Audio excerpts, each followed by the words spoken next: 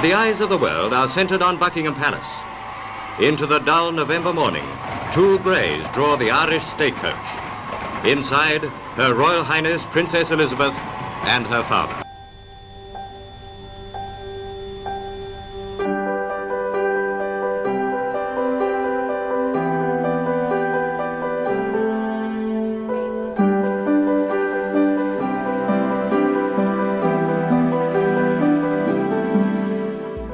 I, Philip. I, Philip. Take thee, Elizabeth Alexandra Mary. Take thee, Elizabeth Alexandra Mary. To my wedded wife. For over 70 years, Queen Elizabeth II and Prince Philip looked like the perfect royal couple, but according to Princess Anne, things weren't always as good as they seemed. She recently opened up about why, in his final years, her father chose to live apart from the Queen. Prince Philip spent most of his time at Wood Farm, a quiet retreat on the Sandringham Estate, while the Queen remained at Windsor and Buckingham Palace. So what led to that kind of arrangement? To understand, we need to rewind to where their story first began. Although it's a time of great happiness and good cheer for many, Christmas can be hard for those who have lost loved ones. This year especially, I understand why.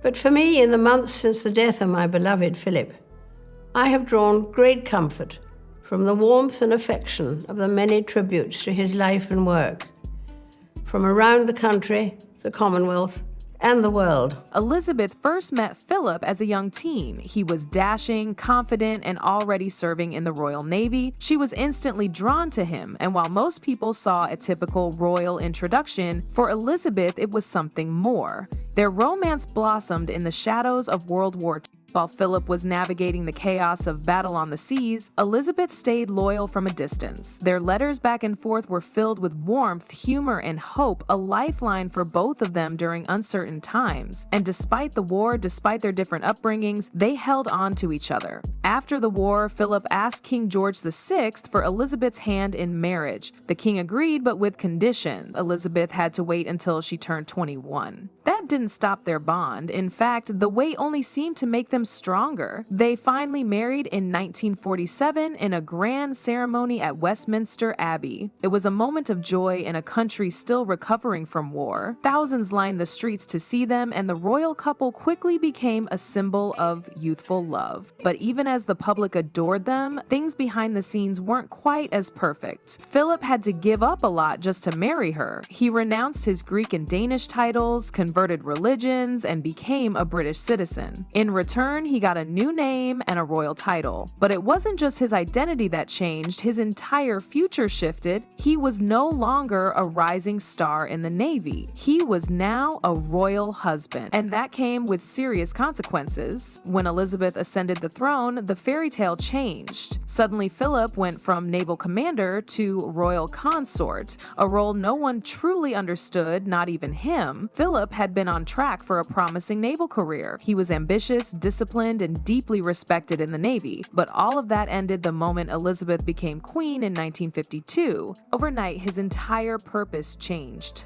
Instead of leading ships, he was expected to walk beside his wife. There wasn't a defined job description for a royal consort. No one could really tell him what he was supposed to do.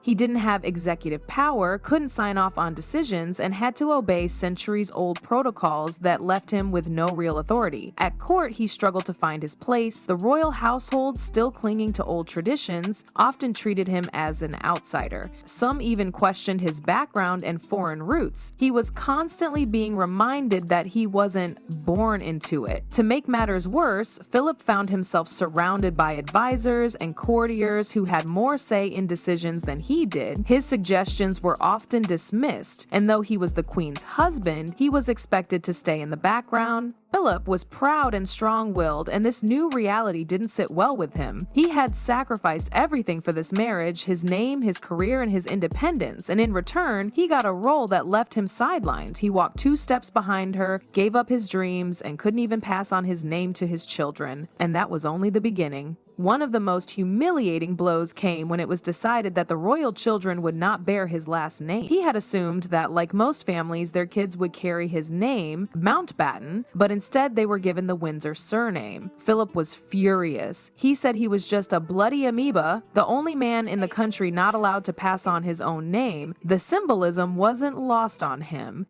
Every part of his identity had been erased, repackaged, and neatly tucked behind Elizabeth's growing legacy. And while he remained loyal to Elizabeth, that loyalty came at a price. The longer he lived in the palace, the more disconnected he became from the life he once had and the man he once was. We've been very lucky.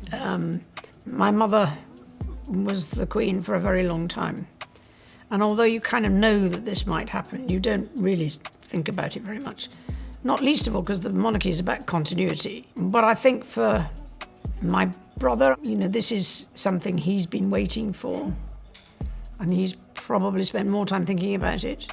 While the world saw smiles and royal waves, Princess Anne saw something else, a man quietly suffocating under the weight of royal duty, and she never forgot it. As a child, Anne would often follow her father around on the royal estates, helping him with outdoor projects, riding alongside him, or listening to his endless curiosity about the world. Philip wasn't a traditionally warm parent, but with Anne, he didn't need to be. They connected through shared interests, and she picked up on the quiet emotional tension in the household early on. She noticed how different he was when they were away from the palace, how relaxed he became once the uniform came off and the formalities disappeared. And she noticed how often he seemed restless or out of place when surrounded by the machinery of monarchy. Over the years, Anne watched her father quietly shrink into a role he never truly wanted. Anne never said much about it, but those observations stayed with her. And as she got older, it became even clearer that her father was sacrificing more than people realized, not out of love for power, but out of love for Elizabeth. In 2017, Prince Philip made the move that shocked the nation. He retired and left Buckingham Palace. The announcement was made with the usual polished press release explaining it was time for him to rest, but behind the scenes, the decision was far more layered.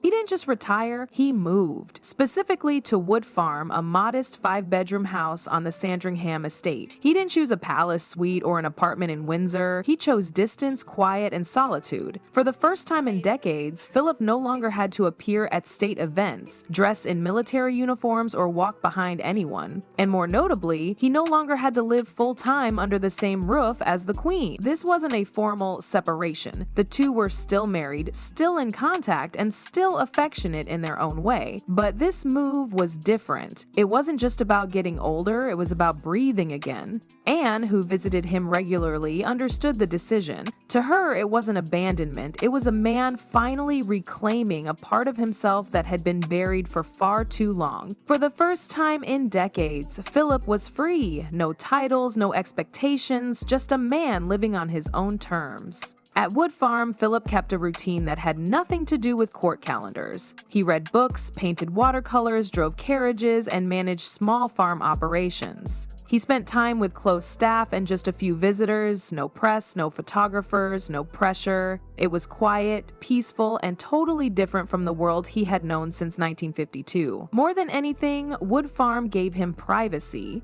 He could wake up when he wanted, eat without fanfare, and speak freely. For a man who had spent nearly his entire adult life under scrutiny, this wasn't just relaxation.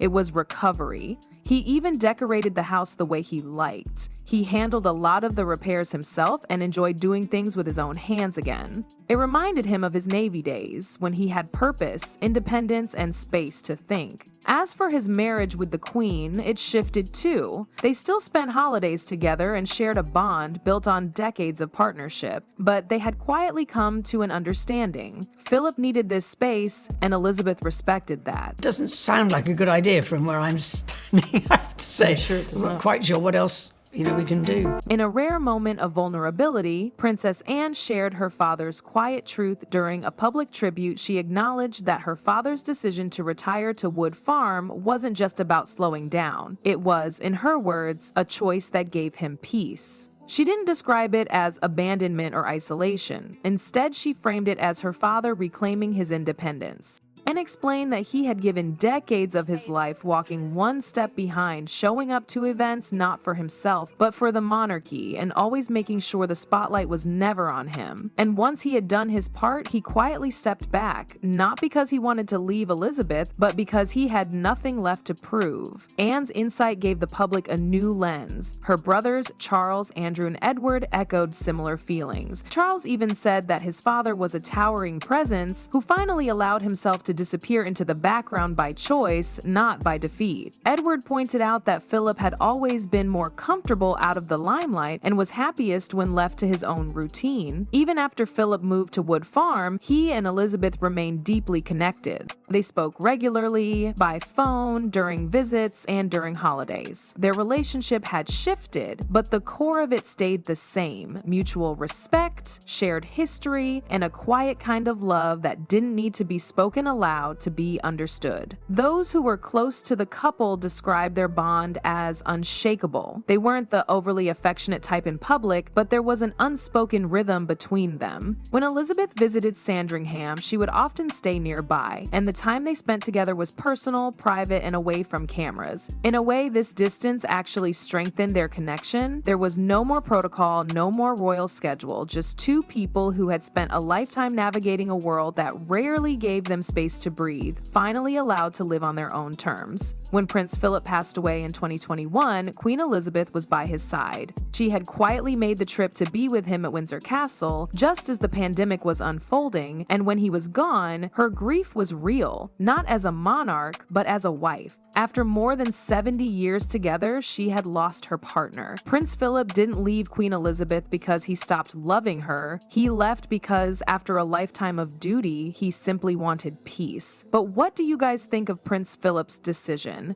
Was it selfish, or was it his final act of self-preservation? Let me know in the comments, and don't forget to like and subscribe for more royal revelations.